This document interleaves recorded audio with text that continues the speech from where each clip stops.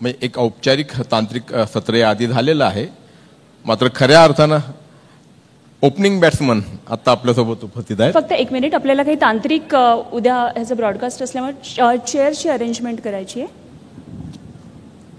Frame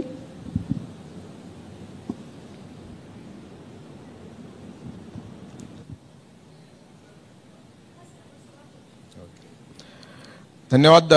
सर्वांचं पुन्हा एकदा स्वागत झी 24 तास कृषी परिषदेमध्ये. आपल्यासोबत या परिषदेचे ओपनिंग बॅट्समन पाशा पटेल, राज्य कृषी मूल्य आयोगाचे अध्यक्ष. मूल्य हा शब्द किती महत्त्वाचा आहे आपल्याला माहिती आहे. कुठल्याही गोष्टीला मूल्य किंवा मोल जोडल्याशिवाय त्याला फार अर्थ प्राप्त होत नाही, आणि म्हणून त्या अर्थाने आपण आयोगाच्या अध्यक्षांकडे बघूयात की त्यांच्यावरची जबाबदारी किती महत्त्वाची आहे, आणि त्याच अनुषंगाने आपल्यासोबत ते आज बोलणार आहेत, आपल्या प्रश्नांना उत्तरं देणार आहेत. पाशाबाई, नमस्कार आणि स्वागत. एका पुण्यासारख्या ठिकाणी पंचतारांकित हॉटेलमध्ये कृषी परिषद होते, शेती विषयावरती मंथन होत आहे, चिंतन होत आहे. तुमच्यासारखा कार्यकर्ता जो वर्षानुवर्ष चळवळीतून काम करून इथपर्यंत पोहोचलाय, कसं वाटतंय? नाही, एकतर कॉन्फरन्स इथं होते म्हणजे शेतकऱ्याला बरेच दिवस येतील का काय असं वाटू लागलेलं आहे. तर आजपर्यंत असं कधी वाटलं नव्हतं, परंतु तुम्ही एक चांगलं स्वप्न आम्हाला दाखवलं, त्याबद्दल आपला आभारी आहे. की अशा ठिकाणी कोणाचे तरी सोबत यायला मिळायचं, परंतु आज पाहुणा म्हणून यायला मिळालं, ते बी शेतकऱ्याचं प्रतिनिधी म्हणून. मी पक्षाचं प्रतिनिधी तर कुठेही जाऊ शकतो, पण शेतकऱ्याचं प्रतिनिधी म्हणून इथं यायला मिळालं. मला असं वाटलं की चला बरेच दिवस शेतकरी येतील असं वाटू लागलेलं आहे. तुम्ही एका म्हणजे तुम्ही म्हणायला शेतकऱ्यांचे प्रतिनिधी असला तरी तुम्हाला दुहेरी भूमिका कायम बजावावी लागते, कारण तुम्ही एका पदावरती आहात, राज्य आयोगाचे अध्यक्ष आहात, कृषी मूल्य आयोगाचे अध्यक्ष, आणि त्यामुळे निश्चितपणे ती एक कसरतीची जबाबदारी आहे. तर त्या संदर्भात त्याचा सुरुवातीला उहापोह करूयात की मग MSP असू द्यात किंवा FRP असू द्यात, कृषी मूल्य आयोगाची जबाबदारी ही कुठल्या घटकांवरती अवलंबून असते, कुठल्या कुठल्या घटकांचा साधारणपणे विचार केला जातो जेणेकरून त्या कृषीला योग्य असं मूल्य प्राप्त होतं? खरं तर या आयोगाचे मी दुसऱ्यांदा अध्यक्ष झालोय. आपण शब्द बरोबर वापरलात की मी शेतकरी पण आहे आणि आयोगाची जबाबदारी पण आहे. मी दोन भूमिका एकत्र घेऊन चालतोय. माझी भूमिका व्यक्तिगत, मी गेली 50 वर्ष रस्त्यावर आहे आणि गेली 20-25 वर्ष कदाचित तर पुण्यात ऐकणारी मंडळी आपसात जर न बोललं तर एक मिनिट आपसात नका बोलू, मला किती प्रश्न विचारता येईल, गंभीरपणे ऐका जरा. आपसात कृपा करून कुणी बोलू नका. मी तुमच्या प्रत्येक प्रश्नाला उत्तर देणार. आणि आज मी कशा परिस्थितीत आलोय, 3 महिन्यापूर्वी कर्नाटक चेंबर ऑफ कॉमर्सने माझी आजची वेळ घेतली होती. मी खरं तर तिथं जाणार होतो, पर सुतारांनी मला ज्या पद्धतीची विनंती केली, मी कर्नाटकामध्ये पूर्ण राज्याला तिथल्या काही वेगळ्या गोष्टी सांगायच्या होत्या, ती संधी सोडून मी इथं आलोय.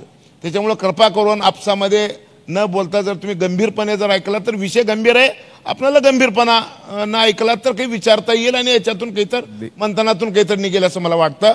माझ्या 2 भूमिका सांगतो. मी आधी आयोगाचं मी कार्यकर्ता म्हणून सांगतो.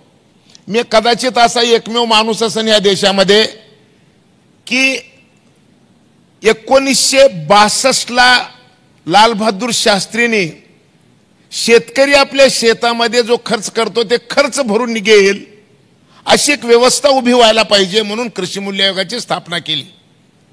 त्याच्यानंतर या देशाला एकच आयोग. आणि मग मी ज्यावेळेस 2007ला आमदार झालो, आमदार झाल्यानंतर मी पहिल्या दिवशी शपथ घेतली की संरक्षण विषयक कागदपत्र शत्रू राष्ट्राला मिळतात, पण शेतकऱ्याचा उत्पादन खर्च कसा काढला जातो ह्याचं पेपर कोणाला मिळत नव्हतं. आणि म्हणून मी शपथ खाल्ली की माझे 6 वर्षाची आमदारकी या विषयाला मी वाहणार आहे. आणि मग त्याची मी सुरुवात केली. सभागृहामध्ये मी मांडलो. सभागृहामध्ये प्रश्न सुटत नाही असं वाटलं. मी या देशातला एकमेव कार्यकर्ता असेन की राज्याला कृषी मूल्य आयोग असला पाहिजे म्हणून मी 1100 किलोमीटर पायी चाललो आमदार असताना. 2 यात्रा काढल्या. एक यात्रा माझं गाव लोदगा ते नागपूर अधिवेशनाला मी 24 दिवस पायी चालत गेलो. 24 दिवस. आणि जातानाही हंगामा करत गेलो आणि सभागृहात बी हंगामा केलो आणि पक्ष म्हणजे सरकारला जाहीर करायला भाग पाडलो की ही निवडणूक संपली की आम्ही या राज्याला कृषी मूल्य आयोग देऊ. ही एक गोष्ट केली मी. म्हणजे आयोग स्थापन करायला भाग पाडलो आणि आयोगाचा पहिला अध्यक्ष बी मीच झालो. दुसऱ्यांदाही अध्यक्ष मीच झालो. कदाचित माणूसच सापडत नसेल मला काय माहितीये, पण मी दुसऱ्यांदा अध्यक्ष आहे. आता माझ्या भूमिका 2 लक्षात घ्या. पहिली भूमिका की मनमोहन सिंग सरकारच्या काळामध्ये committee to examine methodological issues in fixing minimum support price नावाची एक समिती स्थापन केली मनमोहन सिंग सरकारमध्ये. त्यावेळेस शरद पवार साहेब कृषी मंत्री होते. मी विरोधी पक्षाचा माणूस, भारतीय जनता पक्षाचा. ज्यावेळेस कमिटीची स्थापना झाली त्या दिवशी डॉक्टर अशोक गुलाटी ज्यांना अमेरिकेमध्ये 1 कोटी रुपये पगार होती, मनमोहन सिंगांनी त्या माणसाला अमेरिकेतली नोकरी सोडून भारतामध्ये येऊन आपल्या देशातल्या शेतकऱ्यांना काहीतरी न्याय मिळाला पाहिजे, याच्यासाठी काहीतरी काम करायला पाहिजे म्हणून त्यांनी त्यावेळेस विनंती केली. आणि मग या मंत्री महोदय आपलं स्वागत आहे. राज्याचे उद्योग मंत्री माननीय उदय सामंत साहेब आपल्यासोबत उपस्थित आहेत. त्यांचं औपचारिक स्वागत. जरा टाळ्या वाजवून सत्कार करा. असं काय करताय राव, हे बरोबर आहे का? याला म्हणतात म्हणजे दुहेरी जबाबदारी, म्हणजे नाही घेऊन निघतो जबाबदारी नाही. तर डॉक्टर अशोक गुलाटी हे जगातल्या कृषी अर्थशास्त्रज्ञापैकी कदाचित माझ्या दृष्टीने एकमेव माणूस असेल की त्या माणसाने मला कल्पना म्हणजे सूचना केली की पाशा पटेल मनमोहन सिंग सरकारमध्ये अशी समिती स्थापन झाली, या समितीमध्ये तुम्ही घुसलं पाहिजे तर शेतकऱ्याला न्याय मिळेल. सरकार माझं नाही, केंद्रात माझ्या पक्षाच्या विरोधी पक्षाचं सरकार, काँग्रेसचं सरकार. आणि अशा परिस्थितीमध्ये मी दिल्लीत गेलो. आज स्पष्ट सांगतो, मी दिल्लीत जाऊन केंद्रीय कृषी मंत्री शरद पवार साहेबांना भेटलो आणि पवार साहेबांना सांगितलं, साहेब तुमचं अभिनंदन. ते म्हणले कशा रे पाशा? तर मी म्हणलो सर की तुम्ही शेतीमालाचा उत्पादन खर्च काढण्याची पद्धत बदलण्यासाठी committee to examine methodological issues in fixing minimum support price नावाची समिती स्थापन केलेली आहे. या समितीमध्ये देशभरातले तज्ज्ञ घेतलेले आहेत. खरंच तुमचं अभिनंदन. आणि जोपर्यंत चंद्र सूर्य राहील तोपर्यंत शेतीच्या इतिहासामध्ये तुमचं नाव राहील असं त्यांना मी गुदगुल्या केल्या. त्यांनाही जरा बरं वाटलं. कौतुक केल्यावर कोणालाही बरं वाटतंय. त्यांचं कौतुक झालं. बरं तू कशाला आली सांग. म्हणलं खरं सांगू माई शपथ. ते म्हणलं सांग की मला ह्या कमिटी द्यायचंय. ते म्हणले तुला का घेऊ मी, का तो आमच्या पक्षाचा आहे का काय? मी म्हणलो मी तुमच्या पक्षाचा असन का नसान. आदरणीय पवार साहेब मी तुम्हाला एक प्रश्न विचारतो. शेतीचं अर्थशास्त्र समजणारं महाराष्ट्रात कार्यकर्ता नंबर 1 कोण? पवार साहेबांनी सांगितले तू. मी म्हणलो म्हणून घ्या. आणि तुम्हाला शपथपूर्वक सांगू, शरद पवार साहेबांनी मी त्यांच्या पक्षाचा नसताना मला त्या कमिटीवर घेतलं. आणि त्या कमिटीवर घेतल्यानंतर मी काय केलं, भारत सरकारचे स्टॅटिस्टिक्स, ऍग्रिकल्चर स्टॅटिस्टिक्सचे head of the department Datta यांच्या समोर त्या बैठकीमध्ये पहिला प्रश्न मी विचारला की कदाचित तुमच्यापैकी कुणाला माहिती असेल तर मला सांगा. म्हणजे ऍग्रिकल्चरचे विद्यार्थी आहेत म्हणून मी ऐकलो, काही जाणकार आहेत असं पण ऐकलं.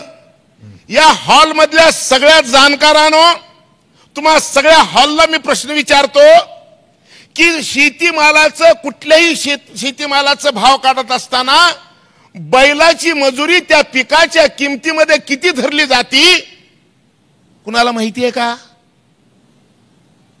0. त्याला काय? मंत्री महोदय जरा मागे बघा, एक बी हात वर झालेला नाही. या अख्ख्या हॉलमध्ये शेतीशी संबंधित चर्चा असलेल्या, समजा गुर्राक्याची परिषद असती, कोण हात वर केलं नसतं तर मला वाटलं असतं अरे गुर्राक्यात कशाला हात वर करतील. शेतीतली तज्ज्ञ मंडळी बसलेली असताना एकाचाही हात वर झालेला नाही. या देशातल्या शेतीच्या दुर्दशेचं सगळ्यात महत्वाचं कारण हे आहे की प्रश्न काय आहेत हेच आम्हाला कळत नाही.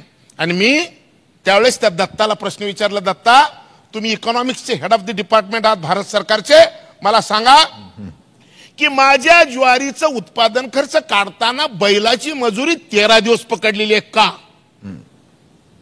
दत्ताने उत्तर काय दिलं मला?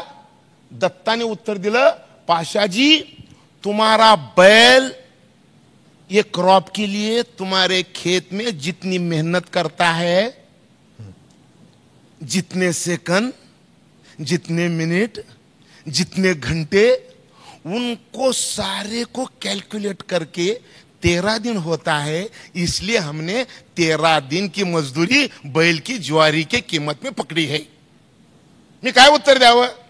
वेरी गुड दत्ता, अभिनंदन तुम्हारा कि आपने सही कैलकुलेशन किया है, क्यों तो आप देश के सही एडवाइजर है ना, इकोनॉमिक्स एडवाइजर. नमस्ते तुमको.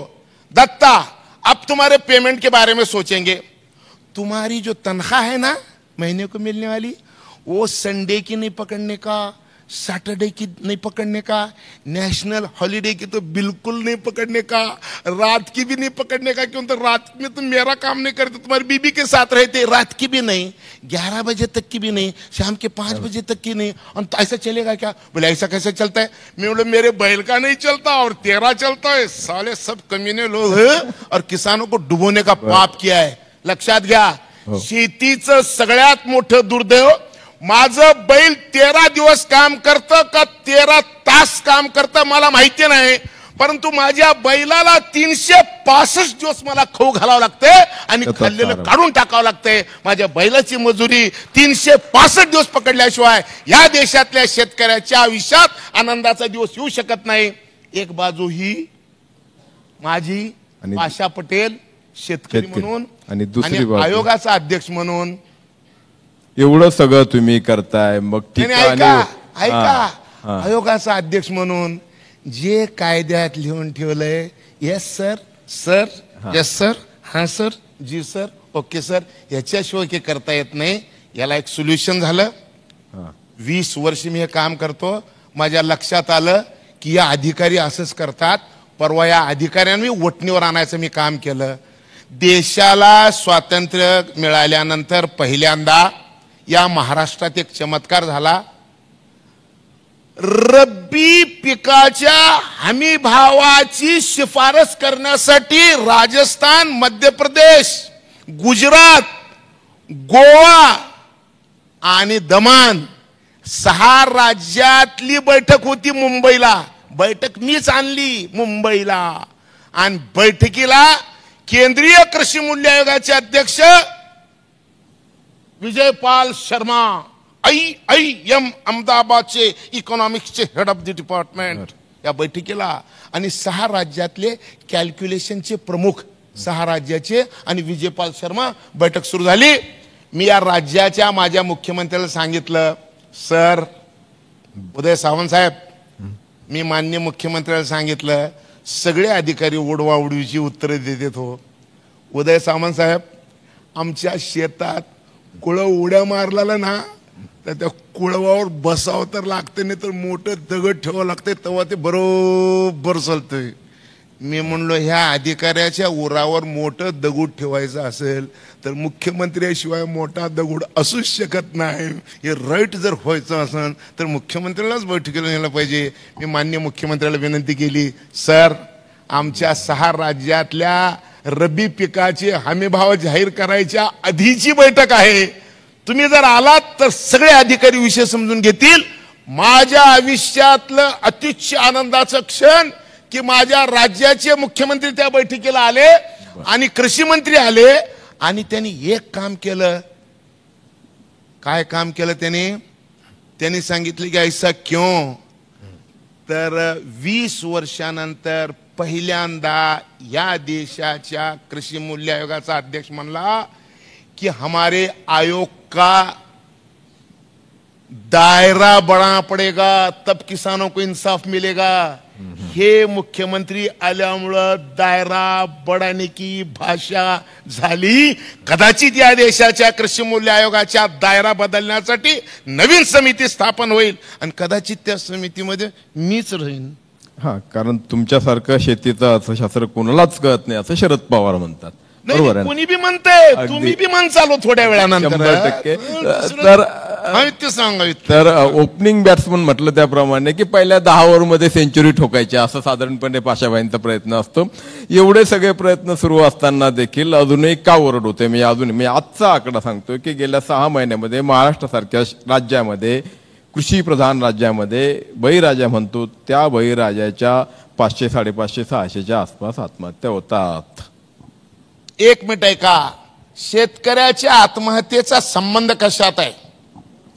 जगामध्ये, देशामध्ये खूप परिसंवाद होतात. काय कारण आहे हो? शेतकऱ्याच्या आत्महत्येचं कारण खऱ्या अर्थानं जर शोधायचं असेल तर 2 गोष्टी आहेत. माझ्या घरातल्या लोकांचं, माझ्या मजुराची मजुरी माझ्या पिकाच्या उत्पादन खर्चामध्ये काय धरली जाती? मी नाव नाही सांगत, परंतु मी या देशातल्या एका प्रमुख माणसाला एक प्रश्न विचारला की गावातल्या माणसाच्या मजुरी काढण्याच्या पद्धतीचं मला अभ्यास काय आहे ते पाहिजे. मजुरी कशी धरावी? मी म्हटलं माझी मजुरी कशानं धरताय रे बाबा? माझ्या कॅलरीवर मजुरी धरताय का माझ्या स्किलवर मजुरी धरताय? माझ्या स्किलवर जर मजुरी धरायची असेल तर MSc PhD ॲग्री जगभरातले देश फिरून एक कासरा लांब डिग्री घेऊन आलेला अधिकारी, जो सर्वोच्च अत्युच्च पदवीचा धनी म्हणतो, जो क्वालिफाईड आहे, सुशिक्षित आहे, जेवढे डिक्शनरीमध्ये शब्द आहेत त्याला दिलेले असतात, असल्या तज्ज्ञाला पकडा, त्याला 2 बैल द्या, 1 टिफन द्या, 2 दोरखंड द्या, 1 किलो बी द्या, त्याला म्हणा तू लई शान आहेस बाबा, तुला लई डिग्री आहेत, तू एक काम कर, हे बैल घे, हे टिपण घे, हे 2 दोरखंड घे, बैल कमराला बियाण्याची पिशवी बांध, वर मूठ असती, 3 नळे असतात आणि त्या 3 नळ्यावर 4 बोटांनी बियाणं टाक आणि सरळ दुर्बीण जशी चलती तशी सरळ तास सुद्धा काढ. तो काय म्हणतो? मला कसं शक्य आहे? अच्छा, तुला रोज 10,000 रुपये पगार आहे, तू लई शान आहे, तू विद्वान आहे, तुला रोज 10,000 पगार आहे, तुला पेरता येत नाही येड्या? अरे माझ्या गावातला मजूर आयुष्यात शाळेचं तोंड बघितलं नाही, असा माझा मजूर 2 बैल घेतो, टिफन घेतो, त्याला बरोबर 2 दोरखंड लावतो, ओटीला म्हणजे कमरेला ओटी बांधतो बियाची आणि एका हातानं बैल हाकतो आणि एका हातानं 4 बोटानं 3 नळ्यामध्ये बी सारखं टाकतो. बी टाकत असताना मालकाला विचारतो, मालक बी टुचीवर टाकू, इतीवर टाकू का हातावर टाकू?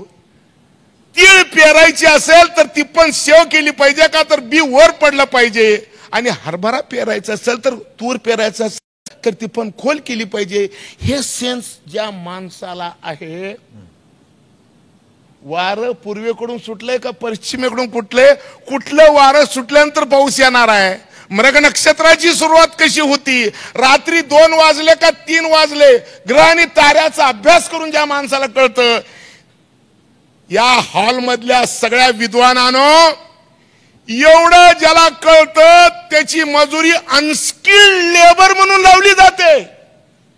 द्राक्ष लाल करायचं, हिरवं करायचं का काळा करायचं, लांब कुळं करायचं का गोल करायचं का चपट करायचं, ही अक्कल ज्या शेतकऱ्याला आहे त्याला अनस्किल्ड म्हणून 270 रुपये मजुरी दिली जाते. आणि मग एक कृषी अधिकारी जो बी घेतो तो गावात येतो, हे बी घ्या, असं घोळा, असं चोळा, असं पेरा, असं निघल. वारे शान्या हो, घोळान चोळा म्हणणारा शाना आणि त्याला रोज 3,000, आणि जो प्रॅक्टिकल शेतात काम करतो त्याला अनस्किल्ड, स्किल्ड आणि अनस्किल्डची कन्सेप्ट जोपर्यंत बदलणार नाही तोपर्यंत या देशातल्या शेतकऱ्याची आत्महत्या थांबणार नाही. नंबर 1.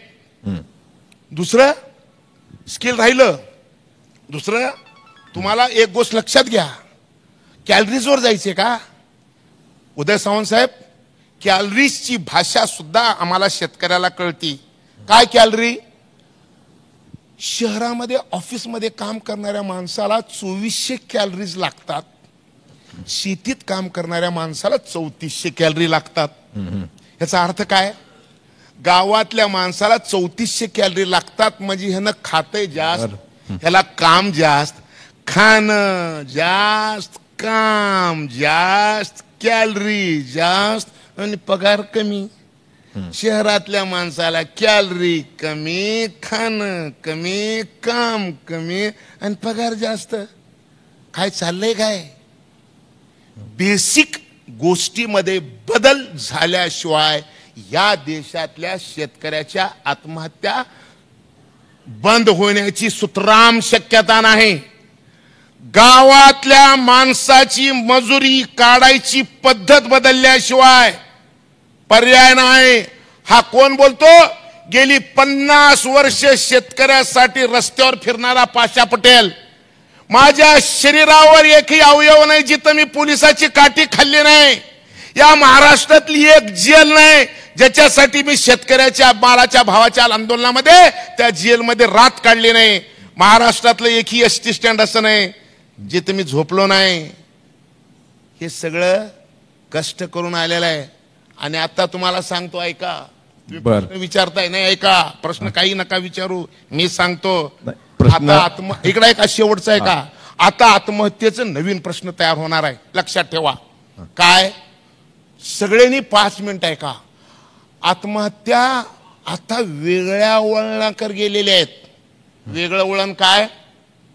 वेगळं वळण असं आहे की आता पर्यावरणाचं समतोल बिघडलेलं आहे.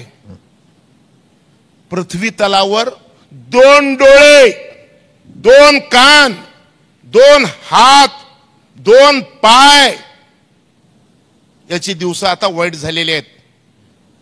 1750 ग्लासगो मध्ये पहिल्या इंजिनची सुरुवात झाली. ज्या दिवशी या पृथ्वीवर पहिलं इंजिन फिरलं त्या दिवशी सगळ्या जगाला वाटलं की माणसाचं भलं होणार आहे. ज्या दिवशी या पृथ्वीवर पहिलं इंजिन फिरलं त्या दिवशी हवेतल्या कार्बनचं प्रमाण होतं 280 ppm. हवेतलं कार्बन पाहिजे 350 ppm. आता झालं 422 ppm आणि 450 द एंड आहे. ऐकलं का? आता ह्याचा शेतीवर परिणाम काय होणार आहे? IPCC inter governmental panel on climate change 198 देश 1988 पासून 1100 शास्त्रज्ञ घेऊन ग्लोबल वॉर्मिंगचा शेतीवर होणारा परिणाम याच्यावर अभ्यास करू लागलेले आहेत. 2030 नंतर माझ्या लहानपणी 100 दिवस पडणारा पाऊस फक्त 52 तास पडणार आहे.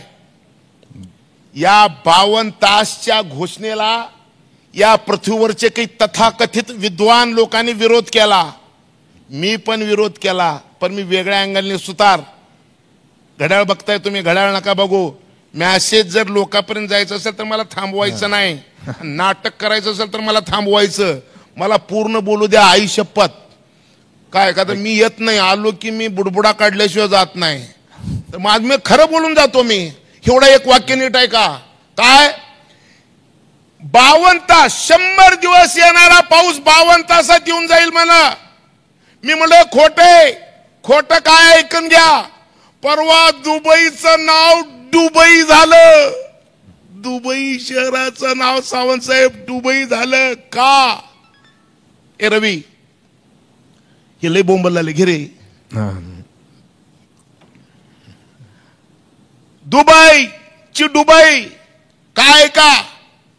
दुबईचं वार्षिक पर्जन्यमान 70 मिलीमीटर आहे. परवा 1 दिवसामध्ये 170 मिलीमीटर पाऊस पडलं. 2.5 वर्षाचं पाऊस 1 दिवसात पडलं. IPCC म्हणते 100 दिवसाचं पाऊस 52 तासात पडलं. अरे बदललं रे. 2.5 वर्षाचं पाऊस 1 दिवसात पडलं. लिबिया नावाच्या देशामध्ये डेर्ना नावाचं शहर 18 महिन्याचा पाऊस 1 दिवसात पडला. 1.25 लाख लोकसंख्येचं शहर मंत्री महोदय, 1.25 लाख लोकसंख्येचं शहर एका रात्रीत होऊन गेलं. जाऊ द्या परदेशातलं, देशात येऊन 18 डिसेंबर 2023 लिहून घ्या. 18 डिसेंबर 2023 ला तुतीकोरीन नावाचं तामिळनाडू मधलं जिल्हा 960 मिलीमीटर पाऊस 12 तासात पडलं. 960 म्हणजे 3.25 फूट. एका दिवशी 3.25 फूट पाऊस जर माझ्या शेतावर पडलं तर कुठलं पीक येणार आहे आणि कोण गावात राहणारा वाचणार आहे याचा अभ्यास करावं लागणार आहे. 8 दिवसापूर्वी मुंबईत पाऊस पडलं 300 मिलीमीटर 6 तासात. माझ्या लातूर जिल्ह्यावर पाऊस पडतं 600 मिलीमीटर. माझ्या जिल्ह्यात वर्षभर जेवढा पाऊस पडतं तेवढं पाऊस मुंबईत 6 महिन्याचं पाऊस 6 तासात पडून गेलं. सत्यानाश होणार आहे. ही जी नवीन पिढी बसली आहे ना, ए पुट्ट्यो, ए पोरानो, अरे आमचं काय एक पाय गारीत आहे आणि एक पाय गारीच्या वर आहे. भोगाव तुम्हाला लागणार आहे. ग्लोबल वॉर्मिंगचे चटके. मी ज्यावेळेस लहान होतो, मी जेव्हा शेती करत होतो, काय होतं माझ्या काळात नक्षत्रावर पाऊस पडत होतं. माझ्या आज्या पंजानी नक्षत्राचे स्लोगन तयार केले होते. काय स्लोगन? पडला उतरा भात खैना कुत्रा, पडला मगा ढगाकड बघा, पडला हस्त शेतकरी झाला मस्त, पडल्या स्वाई साथी पिकतील माणिक मोती, पडल्या चित्ती पडतील भित्ती, आला पोळा पाऊस झाला भोळा. नक्षत्राचं नाव सांगितलं तर आबाळातून पडणाऱ्या पावसाच्या धाराची जाडी आणि यायचा काळ कळत होता. आता पावसाळा 2 नक्षत्रात आहे. एक तर ढगफुटी नाही तर बॉम्बला. 2च नक्षत्र आहेत. आता नक्षत्र संपले म्हणजे आपलं जगणंही संपलेलं आहे. आता 3 वर्षामध्ये नॉर्मल पाऊस कधीच पडला नाही. ढगफुट्टीच आहे. परवा नाशिक जिल्ह्यात एका तलावावर पाऊस पडलं. 1 किलोमीटर एकच थेंब होतं.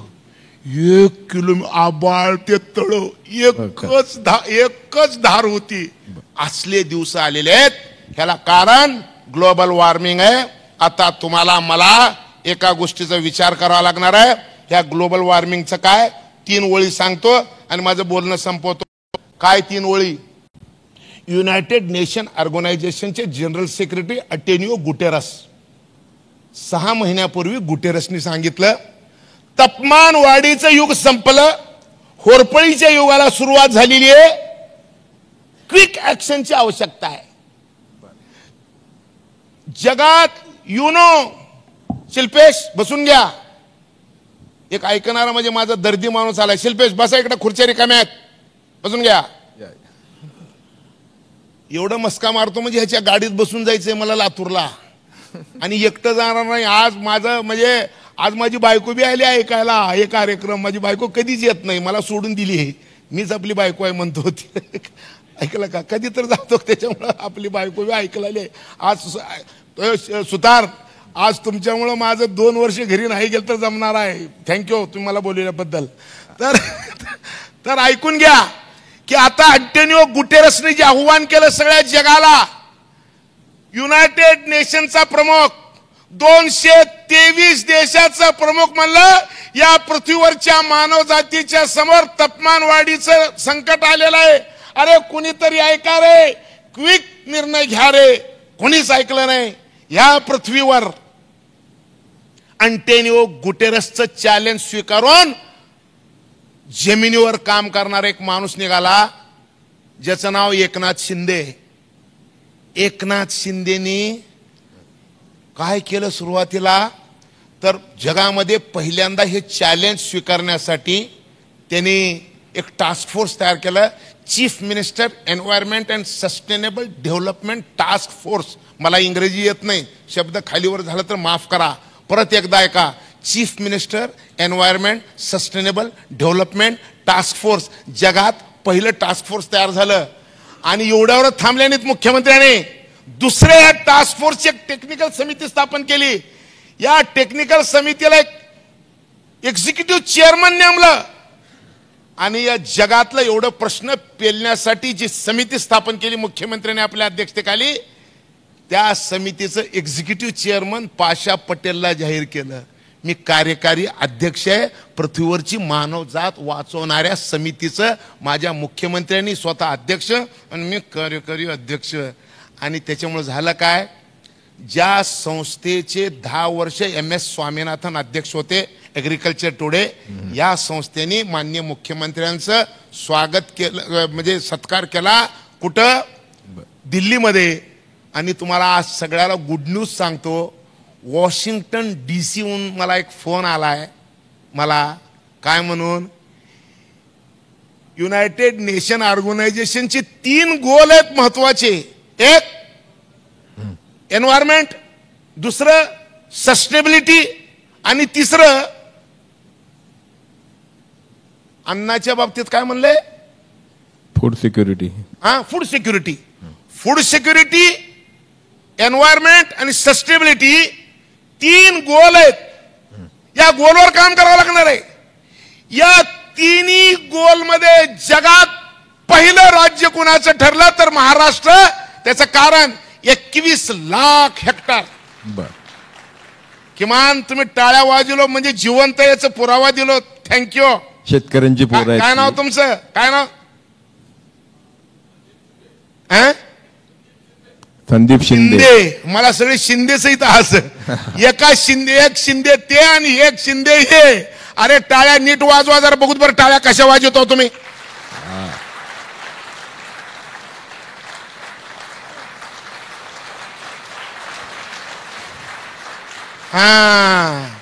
रामदेव बाबा पैसे घेऊन टाळ्या वाजवा शिकत येड्यानो. 5 मिनिटं टाळी वाजवली की 1 महिना आयुष्य वाढतंय. एकटं रस्त्यावर टाळी वाजवली की लोक येड म्हणतात. हे चान्स आहे आयुष्यभर वाढवायचं. अजून एकदा बघूत बरं कसं वाजवतो. असा क्या बात आहे. चला आता ऐका. आता नाही, 2च ओळी राहिल्या, 2च ओळी राहिल्या. सॉरी, 100%. 2च ओळी शेवटच्या. एक 21 लाख हेक्टर बांबू लागवडीचा निर्णय माननीय मुख्यमंत्र्यांनी जाहीर केलं. काही मूर्खांनी सांगितलं की अरे लय घोषणा होतात. हा मुख्यमंत्री तसा नाही. या मुख्यमंत्र्यांनी सांगितलं 1 हेक्टर बांबू ज्यानं लावल त्याला 7,04,000 रुपये अनुदान. हे अनुदान 3 वर्षात मिळेल. म्हणजे झाड वाढलं तर खिशात पैसे, झाड नाही वाढलं तर महिने नाही. त्याच्यामुळे झक मारून झाड लावावं लागणार आहे. डोकं ऐकलं का? हे जमलं म्हणजे आता तुम्हा सगळ्यांना ऑक्सिजन द्यायचं काम महाराष्ट्रामध्ये जन राहतंय. कोविड-2 मध्ये जे संकट तुम्हाला भोगावं लागलं, याच्यानंतर या राज्यात ऑक्सिजनचा तुटवडा कधी होणार नाही. का तर ऑक्सिजन तयार करायची मशीन अजून कुठल्याही शास्त्रज्ञाला जमली नाही. ऑक्सिजन तयार करायचं काम फक्त झाड करतंय. आणि ते झाड 21 लाख हेक्टर मध्ये लावायचं काम महाराष्ट्र शासनाने केलंय. आता तुम्हाला अजून एक गुड न्यूज उठून सांगतो. काय? सस्टेनेबिलिटी. काय सस्टेनेबिलिटी असते? लोखंड, प्लॅस्टिक, ॲल्युमिनियम, डिझेल, पेट्रोल हे कमी करावं लागणार आहे. उठा उद्योगमंत्री. उद्योगमंत्री उठा, जरा जरा उठून थांबा. तुम्ही उठा. टाळ्या वाजवा रे एकदा. असं बसा. आता बसा. काबर सांगितलं उद्योगमंत्र्याला? उद्योगमंत्र्यांनी निर्णय केलाय, तुम्ही सकाळी उठल्या प्लॅस्टिकचं ब्रश घेऊन घासायला सुरुवात करताय. जगातले शास्त्रज्ञ म्हणतात प्लॅस्टिक बंद करा, आणि तुम्ही उठलं की प्लॅस्टिक. हा एकमेव देशातला उद्योगपती आहे ज्या उद्योगपतीने निर्णय केलाय. ती उद्योगमंत्री. सॉरी, मी काय म्हणलो? उद्योगपती म्हणलो. Sorry Udayji, sorry. म्हणजे कधी कधी जाते हो तोंडातून चुकून. काय एखादी गोष्ट गेली, तुम्ही मंत्री जुनी सारखे तुम्ही, त्याच्यामुळे ऐकून घ्या जरा. तर उदय सावंती काय निर्णय केला माहितीये? प्लॅस्टिक बंदीचा निर्णय झाला. प्लॅस्टिक बंदीचा. परंतु की गपचूप चालू आहे. प्लॅस्टिक बंदी समाजानं करायची आहे. उदयजींनी निर्णय केलाय 5 वर्षामध्ये महाराष्ट्रात एकही माणूस सकाळी उठल्यानंतर प्लॅस्टिकचं ब्रश वापरणार नाही.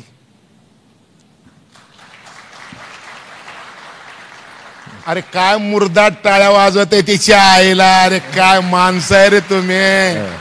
अरे तुमची पिढी जगणार आहे रे, तुमची पिढी. अरे आमचं संपलंय, तुम्हाला वाचायचंय आणि तुम्हाला वाचत अशी वस्तू तर या उद्योग मंत्र्याचं अभिनंदन काय की यांनी असं ठरवलंय 1 महिन्यात महाराष्ट्रामध्ये 11 लाख बांबू पासून बनणारे टूथब्रश निर्माण करण्याची व्यवस्था उभी करणार आहे.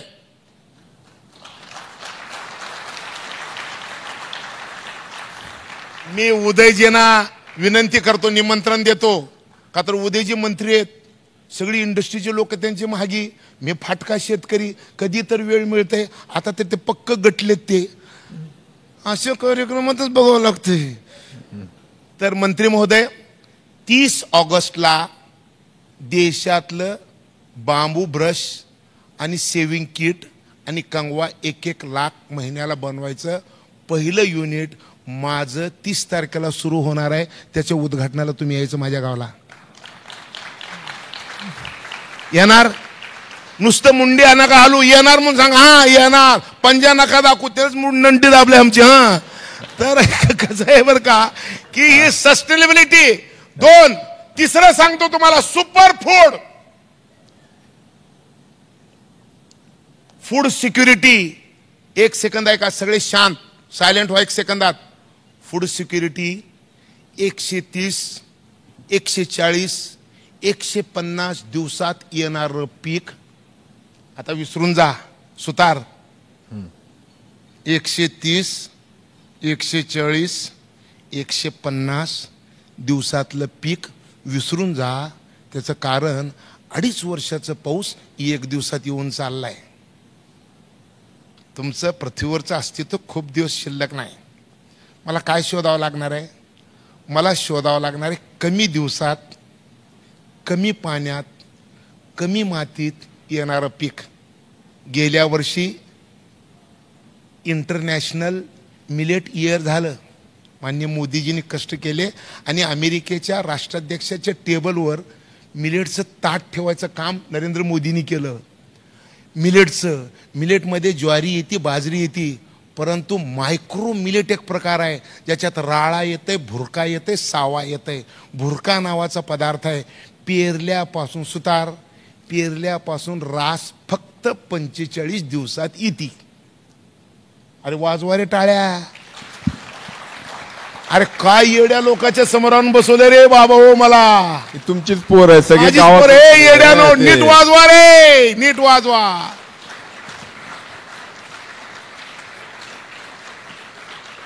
सावा नावाचं मायक्रो मिलेट आहे जे पेरल्यापासून 45 दिवसात रास होते. महाराष्ट्र हे पहिलं राज्य आहे. मुख्यमंत्री एकनाथ शिंदे, देवेंद्र फडणवीस आणि अजितदादा पवारच्या नेतृत्वाखाली 4 नंबरवर मी आहे शेतीत. तुम्ही मंचाच्या आले मध्ये शिरलाले. मी ॲग्रिकल्चर प्राइस कमिशनचं चेअरमन आहे. या देशात पहिलं राज्य आहे महाराष्ट्र जे मिलेट्सचं MSP काढायचं काम माझं खातं करत आहे. क्या बात आहे. नाही वाजली टाळी, नाही वाजली टाळी. आता मला तुम्ही टाळ्या वाजवा, नाही तर मला वाजवावं लागेल येऊन. टाळी वाजवावं लागेल मला. मिलेटची MSP डिक्लेअर झाल्याशिवाय कोण मिलेट पेरणार नाही. या वर्षी जून मध्ये 4 कृषी विद्यापीठाच्या लोकांना मी बोलवलं. मी पण कॅबिनेट आहे. मी आदेश दिला की या वर्षी आपणाला 4 विद्यापीठांना मिळून मायक्रो मिलेटची MSP डिक्लेअर करायची आहे आणि त्या MSP वर महाराष्ट्र सरकार सगळं मायक्रो मिलेट खरेदी करेल. ठरलं. आणि तुम्हाला आनंद सांगतो, जगात पहिलं क्लस्टर 2000 हेक्टरचं मायक्रो मिलेटचं सँक्शन झालं. ते म्हणजे माझ्या गावात.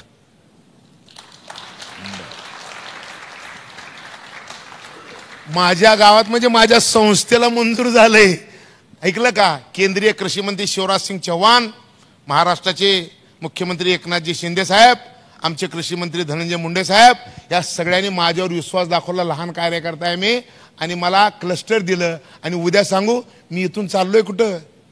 इक्रिसिएट, जगातलं शेतीचं तंत्रज्ञान ज्या संस्थेकडे आहे, जगाला ज्ञान देणारी संस्था इक्रिसिएट, त्या इक्रिसिएटच्या संस्थेचे प्रमुख उद्या माझ्या शेतात आहेत.